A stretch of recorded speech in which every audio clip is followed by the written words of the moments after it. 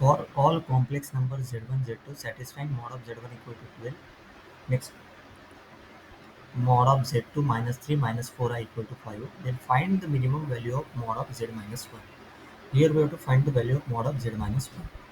For all complex numbers z1 z2 satisfy कर रहा है mod of z1 equal to 12 और दूसरा क्या है mod of z minus 3 minus 4 I equal to 5. इसका मीनिंग क्या रहता है mod of z1 equal to 12 मतलब नहीं कि this is radius of circle रहता है ना 12 और सेंटर 0 और इसका सेंटर क्या रहेगा 3,4 और रेडियस रहेगी 5. अभी देखो और मिनिमम किसका z1 माइनस z2 उसकी मिनिमम वैल्यू फाइंड करना है. तो देखो अभी कैसे फाइंड करना है. लेट z1 z2 क्या दिया भैया complex number. The condition mod z equal to 12 means that z1 lies on circle C centered at the origin O0, 0 with radius r1 equal to 12. The condition z1 minus 3 minus 4i equal to 5 means that z1 z2 lies on a circle set C2 centered at C3, 4 with radius r2 equal to 5. तो ये पहला हो गया mod of z1 equal to 12. क्या लिखा है z1 lies on a circle C1 centered at the origin O and radius r1 equal to 12. दूसरा condition क्या डिफाइन कर रहा है z2 lies on a circle C2 लिया. सेंटर्ड क्या है इसका 3,4 with radius r2 equal to 5. सही है ना. ये माइनस को बाहर निकल गया तो ये इक्वेशन के अंदर 3 + 4 बनता है ना, तो इसलिए 3,4.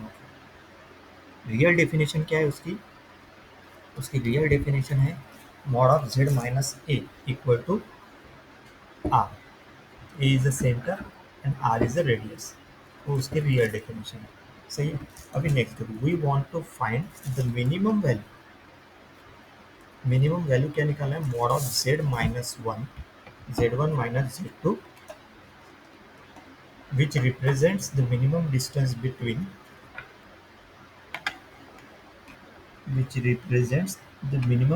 between a point on C1 and a point on C2. So देखो अभी कैसे करें.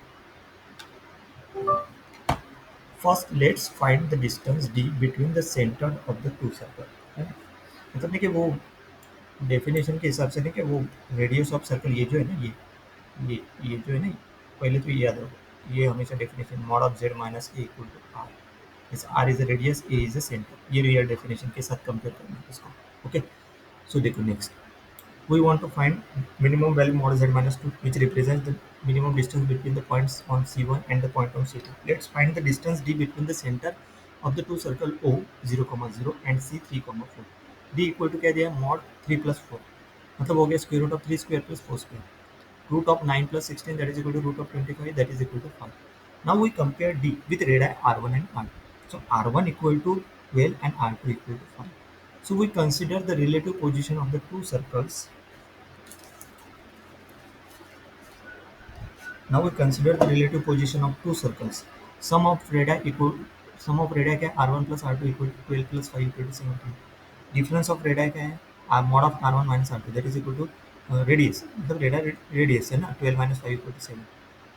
सम हो गया 17 डिफरेंस हो गया 7. सही है. एंड स्मॉल डी ये जो निकाला ना दैट इज 5. यहाँ पे लिखा है r2 r2 इक्वल टू 5 ना. देखो अभी मतलब ये स्मॉल डी को भी याद रखो root of 25 this is modulus of जो सेंटर रहता है ना जो नंबर है उसका मॉडुलस निकालना है. ओके देखो अभी डी इक्वल टू क्या 5 less than r1 minus r2 equal to 7. सही है. मतलब ये जो डिफरेंस है दिस इज इक्वल टू 7 है ना 7 ग्रेटर देन 5 है स्मॉल डी से ग्रेटर है मतलब क्या हो गया the circle C2 is entirely content with in C1. सही है ना. क्योंकि जो C2 का जो रेडियस है C2 का रेडियस है 5 और C1 का रेडियस क्या है 12 है ना.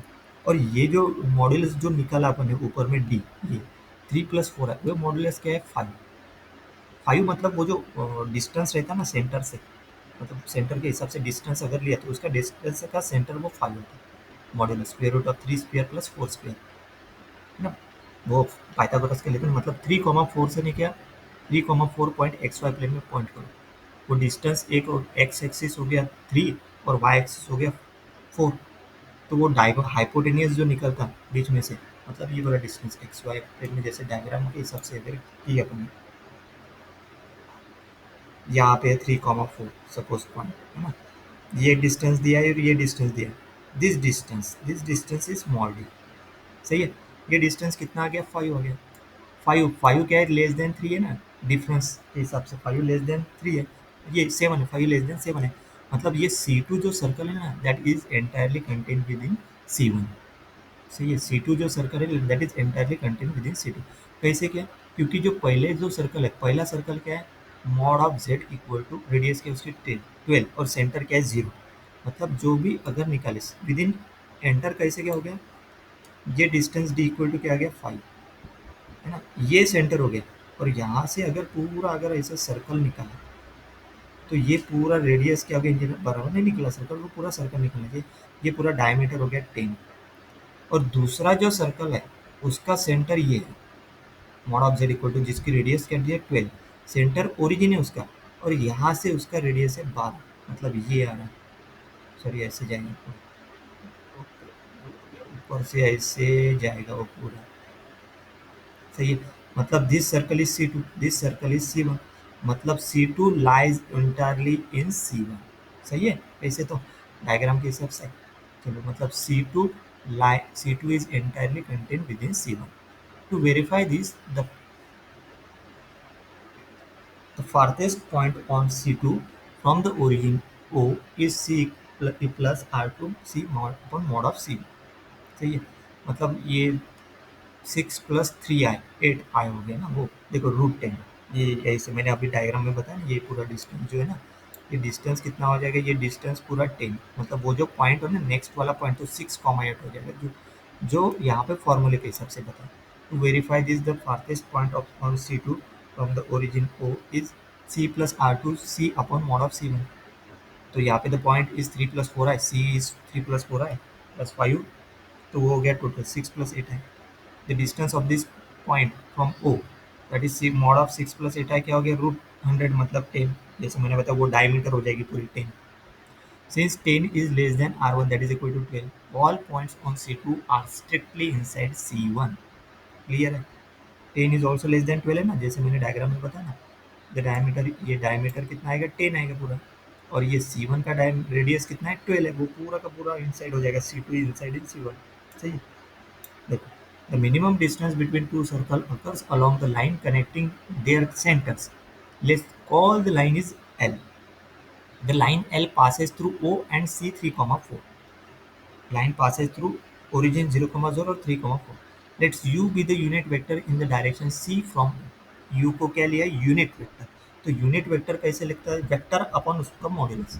जैसे यहाँ पे वेक्टर लिया 3 + 4 है ना, ये 2 डायमेंशनल के हिसाब से वेक्टर लिखेंगे, 3 + 4 है अपॉन मॉड्यूलस ऑफ 3 प्लस, हो गया 3 + 4 by 5। The points on C1 that lie on line L and are Z1A equal to R1U equal to 12। Points on C1, C1 की रेडियस क्या है 12, that lie on line L मतलब R Z1A that is equal to R1U that is equal to 12, and Z1B that is equal to minus R1U that is equal to minus 12U, सही है।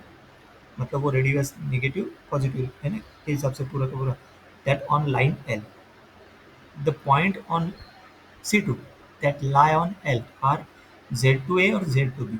तो Z2A क्या आ गया 10U, C2 की, क्योंकि ये 10U क्यों आ गया, क्योंकि C plus R2U है और C minus R2U फॉर्मूले के हिसाब से, क्योंकि वो पूरा डायमीटर ले लेंगे ना उसका, है ना, इसलिए 10U 0U that is equal to 0, पूरी की पूरी लाइन पे आना चाहिए ना। We need to find the minimum distance between any of this point. Distance between Z1A Z2A, तो वो कितना हो जाएगा 2 modulus. Distance between Z1A and Z2B, वो कितना हो जाएगा 12 डिफरेंस, सही है।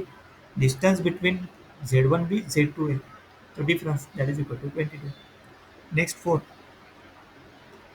Distance between Z1B and Z2B that is equal to again 12. Comparing this distance, the minimum value is 2. This minimum distance occurs when Z1 equal to 12U that is equal to 12, U क्या है 3 + 4i/5, सही है, कहाँ पे निकाला unit vector, देखो u equal to unit vector ये निकाला हुआ, पुट कर दिया तो ये आ गया 36/5 plus 48/5 into i, and Z2 equal to क्या है 10u, तो 10 into 3 plus 4i/5 that is equal to 6 plus 8i.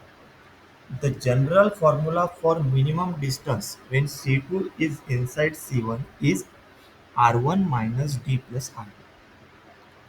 In our case, है ना, ये फॉर्मूला नहीं क्या, हमेशा ये फॉर्मूला याद रखो, है ना. मिनिमम क्या है, general formula for minimum distance when C2 is inside C1.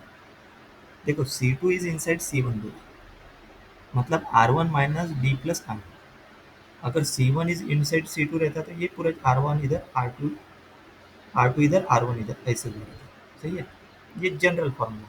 So 12 minus 5 plus 5 that is equal to 12 minus 10 equal to 10. The final answer is 2. हमने को यही तो फाइंड करना था, डायग्राम के हिसाब से भी डायरेक्ट फाइंड कर सकते हो, है ना. Find the minimum value Z1 minus Z2. तो डायग्राम के हिसाब से टू डिस्टेंस कैसे फाइंड कर सकते हैं, देखो, है ना, मैंने पहले बताया. ये डायमीटर हो गई 10 और C1 की डायमीटर है 12. 12 minus 10 that is equal to 2. सही है, डायरेक्ट शॉर्ट. लॉन्ग टेक्निक याद रखो, मतलब हो सकता है कभी कभी चेंज हो जाए डायग्राम, अपने को निकलना very difficult to find out, तो इसलिए ये लॉन्ग प्रोसीजर पता रहना जरूरी है इन जनरल. ओके, आंसर अपना यहीं पे क्लियर हो जाता. 5 प्लस 5 इक्वल टू 10, मतलब यहीं पे क्लियर हो जाता. 10 है ना, 10 इज लेस देन 12, है ना. 10 क्वांटिटी आ रही तो 12 में से 10 माइनस कर देता, आंसर इज 2, मिनिमम डिस्टेंस. सही. Next example.